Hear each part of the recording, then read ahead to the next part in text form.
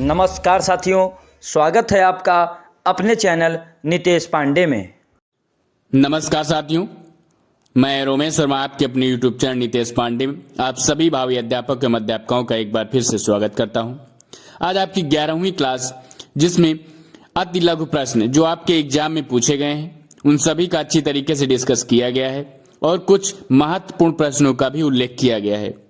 अगर आप वीडियो पर नए हैं तो वीडियो को लाइक करना, शेयर करना और सब्सक्राइब जरूर करना। इसकी पीडीएफ आपको डिस्क्रिप्शन बॉक्स में लिंक दी जाती है, वहां से जाकर के आप डाउनलोड कर सकते हैं। चलिए स्टार्ट करते हैं। पहला प्रश्न देखेंगे, बुनियादी शिक्षा का जनक माना जाता है तो किसे माना जाता है? महात्मा गांधी जी को। नेक्स्ट क्वेश्चन क्या है? NCTE national council for teacher education, कल आपने पढ़ा होगा, से संबंधित उत्तर प्रदेश का कार्य कहां होता है? NCTE से संबंधित उत्तर प्रदेश का कार्य कहां होता है? तो इसका सही आंसर क्या है? पहले जयपुर से संचालित होता था, लेकिन आज जो है दिल्ली से हो रहा है। पूर्व में जयपुर से संचालित होता था, लेकिन अब वर्तमान में दिल्ली से हो रहा है। तो आपको याद रखना है कि इस टाइम, प्रेजेंट टाइम में दिल्ली से इसका कार्य हो रहा है। क्लियर?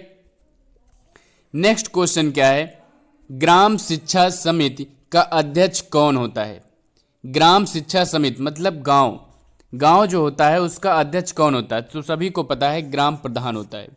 उसका अध्यक्ष कौन होता है? ग्राम प्रधान। और सचिव अगर पूछा जा रहा है तो सचिव कौन होता है?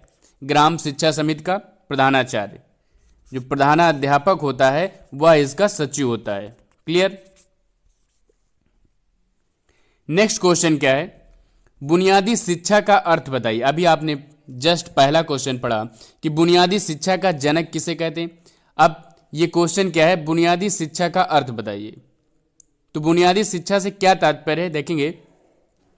बुनियादी शिक्षा का अर्थ स्पष्ट करते हुए महात्मा गांधी जी ने बताया कि हमारी बुनियादी शिक्षा पद्धति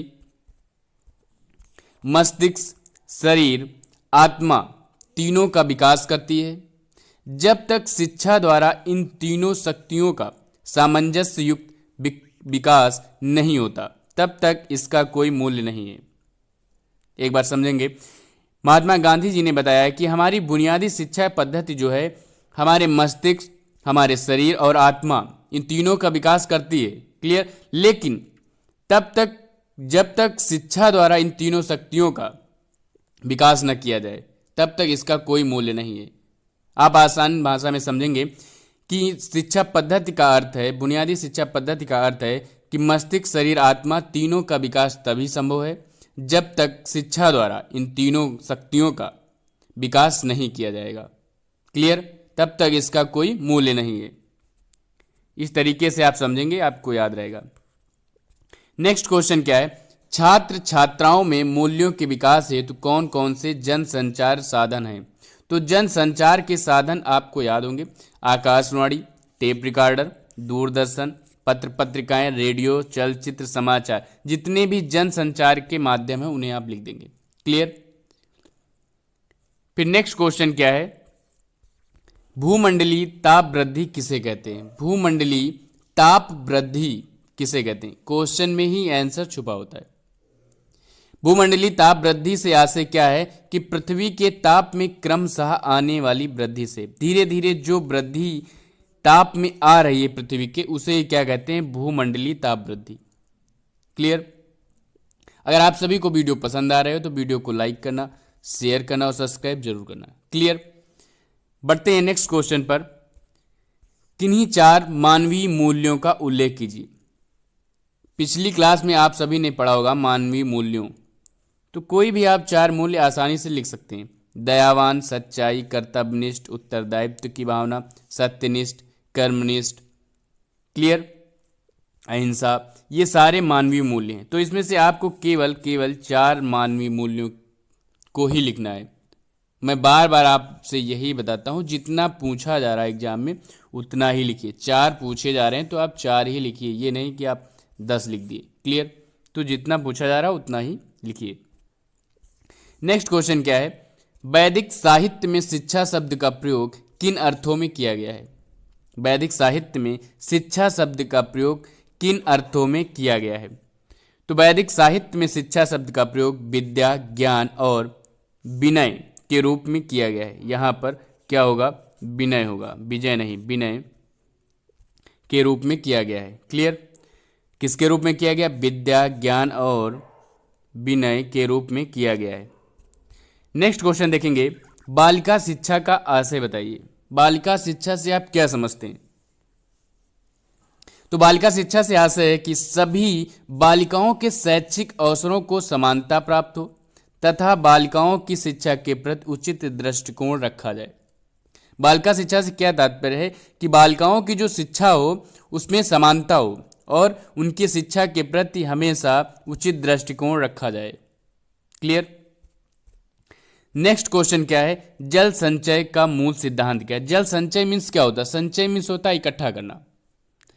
तो जल संचय का मूल सिद्धांत क्या है? जल का संरक्षण करना। अगर आप जल को इकट्ठा कर रहे हैं कहीं भी तो इसका मतलब आप जल का संरक्षण कर रहे हैं। तो उसका मूल सिद्धांत क्या होगा? कि जल का संरक्षण करना ही जल संचय का मूल सिद्धांत है। क्लियर? नेक्स्ट क्वेश्चन देखेंगे, बौद्धकालीन शिक्षा का प्रमुख उद्देश्य बताइए। बौद्धकालीन, बौद्ध जी ने क्या बताया था कि शिक्षा का क्या प्रमुख उद्देश्य है? क्यों आप शिक्षा ग्रहण करते हैं? मोक्ष की प्राप्ति या निर्वाण प्राप्ति? मोक्ष की प्राप्ति ही उनका प्रमुख उद्देश्य था। क्लियर? नेक्स्ट क्वेश्चन क्या है? जल प्रदूषण दूर करने के उपाय बताइए। एकदम सिंपल क्वेश्चन। तो इसमें क्या है? जो भी आपके घर से गंदा पानी निकलता है उसे नदियों और तालाबों में ना जाने दें। क्लियर? जो मृत पशु हैं उनको नदियों में बहाने से रोकना चाहिए। कचरा है, फैक्ट्रियों का कचरा है, ये सारी चीज़ें जो है नदियों में नहीं बहानी चाहिए, जिससे जल क्या होता है? प्रदूषित होता है। इनको रोकना चाहिए। क्लियर? नेक्स्ट क्वेश्चन क्या है? अनौपचारिक शिक्षा का उद्देश्य बताइए। अनौपचारिक शिक्षा का उद्देश्य बताइए। अगर आपने पिछली क्लास पढ़ी होगी, एक होता है औपचारिक शिक्षा, अनौपचारिक शिक्षा और दूरस्थ शिक्षा। अनौपचारिक शिक्षा का मतलब क्या होता है? इससे पहले आप समझेंगे औपचारिक शिक्षा। औपचारिक शिक्षा क्या होती है? औपचारिक शिक्षा का मतलब होता है इस शिक्षा में जो योजनाएं बनाई जाती हैं। योजना का मतलब होता है समय, स्थान, अध्यापक, पाठ्यक्रम, विधि। जो भी योजनाएं तैयार की जाती हैं वह निर्धारित होती हैं, पहले से ही वह निर्धारित होती हैं। औपचारिक शिक्षा का मतलब होता है शिक्षा देने की जो योजनाएं बनाई जाती हैं वह पहले से ही निर्धारित होती हैं। क्लियर? अनौपचारिक शिक्षा में क्या होता है? इसमें पहले से निर्धारित नहीं होती। दूरस्थ शिक्षा क्या होता है? जो आप दूर से बैठ करके, जैसे मैं यहाँ से पढ़ा रहा हूँ, आप पढ़ रहे हैं, तो ये एक प्रकार की दूरस्थ शिक्षा हुई। तीनों में थोड़ा थोड़ा डिफरेंस है। औपचारिक शिक्षा जिसमें शिक्षा देने की योजना अर्थात समय, स्थान, अध्यापक, विधि एवं पाठ्यक्रम पहले से निर्धारित होता है। क्लियर? और अनौपचारिक शिक्षा क्या होता है? यह जीवन पर्यंत चलने वाली प्रक्रिया है। आप जहाँ भी हैं, कुछ भी जो भी सीख रहे हैं वह सारी शिक्षा है। इसमें कोई चीज़ निश्चित नहीं होता है, इसमें कोई भी योजना कुछ भी निश्चित नहीं होता है। क्लियर? दूरस्थ शिक्षा जैसे होता है, जैसे आप इंटरनेट के माध्यम से शिक्षा ग्रहण कर रहे हैं, आपके पास सुविधा नहीं है यहाँ पर आने की, तो आप इंटरनेट के माध्यम से शिक्षा ग्रहण कर रहे हैं, दूर से शिक्षा ग्रहण कर रहे हैं, तो वह हुआ दूरस्थ शिक्षा। सेम वही डिफिनेशन आप अपने मन से लिख सकते हैं कि अनौपचारिक शिक्षा का उद्देश्य जीवन से संबंधित उन अनुभवों से है जिन्हें बिना किसी व्यवस्थित प्रयास, संस्था तथा साधन की व्यवहारिक स्थिति से प्राप्त किया जाए। बिना किसी व्यवस्थित प्रयास मतलब बिना किसी योजना के, बिना किसी संस्था के, साधन के प्राप्त किया जाता है, उसे ही क्या कहते हैं? अनौपचारिक शिक्षा कहते हैं। नेक्स्ट क्वेश्चन क्या है? दूरस्थ शिक्षा का उद्देश्य बताइए। दूरस्थ शिक्षा मैंने अभी जस्ट बताया, तो दूरस्थ शिक्षा का क्या उद्देश्य होता है? इसका मुख्य उद्देश्य क्या होता है कि ऐसे व्यक्तियों को शिक्षा देने से है जिनके आसपास कोई संस्था नहीं है और समय का अभाव है और वे अपने जीवन को उन्नतशील बनाना चाहते हैं। आपके पास टाइम नहीं है, आपके पास कोई भी कोचिंग सेंटर कुछ भी नहीं है, आपके पास जाने आने का किराया नहीं है, तो उसके लिए दूरस्थ शिक्षा होती है, जिससे वे अपने जीवन को उन्नतशील बना सकते हैं। क्लियर? दूरस्थ शिक्षा का आशय आप दूरस्थ शिक्षा से समझ जाएंगे। फिर नेक्स्ट क्वेश्चन क्या है, शिक्षा और समाज में संबंध बताइए। तो व्यक्ति जिस समाज में रहता है उसी समाज की परिस्थितियों के अनुसार उसकी शिक्षा का प्रबंध किया जाना चाहिए। जहां पर आप रह रहे हैं उसी के अकॉर्डिंग आपकी शिक्षा होनी चाहिए। शिक्षा का प्रबंध इस प्रकार से किया जाना चाहिए कि व्यक्ति अपने समाज की आवश्यकताओं की पूर्ति कर सके। ऐसी व्यक्ति को शिक्षा देनी चाहिए कि वह अपनी आवश्यकताओं की पूर्ति कर सके। क्लियर?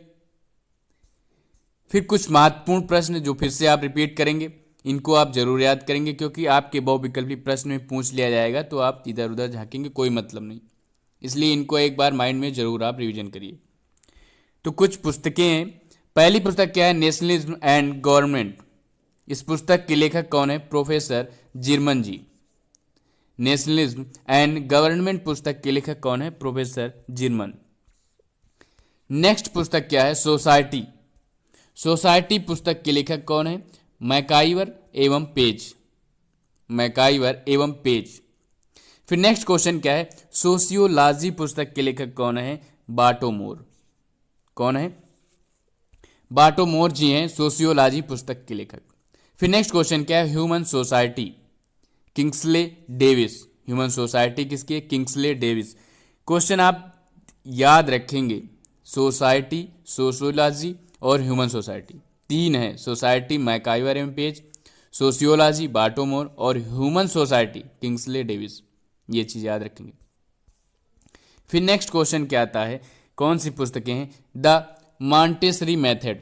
मॉन्टेसरी का नाम आपने देखा, तुरंत आपने मॉन्टेसरी पर टिक कर दिया, तो आपको याद आना। द एडवांस मॉन्टेसरी मेथड, ये जी पुस्तकें हैं। The discovery child, the secret of childhood, child training. Child से संबंधित जितने पुस्तकें हैं वो सारी किसकी हैं, मारिया मॉन्टेसरी जी की, याद होगा। फिर नेक्स्ट है जो ज्यादा पूछी जाती है book, education of man, Froebel ji की है, ये आप याद रखेंगे। Mother and play songs, education by development, pedagogics of kindergarten. ये सारी पुस्तकें हैं जिसमें से सबसे ज्यादा इंपॉर्टेंट क्या है, एजुकेशन ऑफ मैन, जो फ्रॉवेल जी की है, mothers and play song, Froebel ji. फिर नेक्स्ट पुस्तक क्या है, डेमोक्रेसी एंड एजुकेशन, ये इंपॉर्टेंट पुस्तक है। The school of society, the school of tomorrow, the school and the child, how we think, ये जॉन डीवी। जॉन डीवी की सबसे ज्यादा पुस्तक इंपॉर्टेंट कौन सी, डेमोक्रेसी एंड एजुकेशन। क्लियर? तो ये जॉन डीवी जी की है। नेक्स्ट पुस्तक देखेंगे, एमिल। एमिल जो इंपॉर्टेंट है, Emile the new Heloise, social contract, the progress of आदर्स एंड साइंस। और नेक्स्ट क्या है, the origin of inequality among man. ये सारी पुस्तक किसकी हैं, रूसो जी की। इसमें सबसे ज्यादा इंपॉर्टेंट क्या है, एमिल। एमिल आप जरूर याद रखेंगे, ये कई बार एग्जाम में पूछी गई है। ये 5 पुस्तकें रूसो जी की हैं जो आपके माइंड से होकर गुजरेंगी तो आपको याद आ जाएगा तुरंत। फिर नेक्स्ट क्या है, हिंद स्वराज, नीति धर्म, बेसिक शिक्षा, नई शिक्षा की ओर, मेरी आत्मा की वेदना, हिंदू धर्म, शांति, युद्ध में अहिंसा। अहिंसा का नाम आपने तुरंत देखा तो आपको याद किसकी आएगी, महात्मा गांधी जी की। ये सारी पुस्तकें किसकी हैं, महात्मा गांधी जी। नेक्स्ट क्वेश्चन क्या है, दिवा स्वप्न, ऊंट के पैर सड़े, काली गौरैया, तड़ाक, बिल्ली के गले में घंटियां, भूत का भाई, मेढक की शादी। ये सारी पुस्तकें किसकी हैं, गिजुभाई बधेका जी की। प्राथमिक विद्यालय में शिक्षा, ये किसकी पुस्तकें हैं, गिजुभाई बधेका जी। फिर लास्ट है पूरब से पश्चिम, गीतांजलि जो इंपॉर्टेंट है, शिक्षा हेर फेर, शांति निकेतन, ये भी इंपॉर्टेंट है, धर्म, स्त्री शिक्षा, माई स्कूल। ये सारी पुस्तकें किसकी हैं, रविन्द्रनाथ टैगोर जी की। किसकी हैं, रविन्द्रनाथ टैगोर जी की।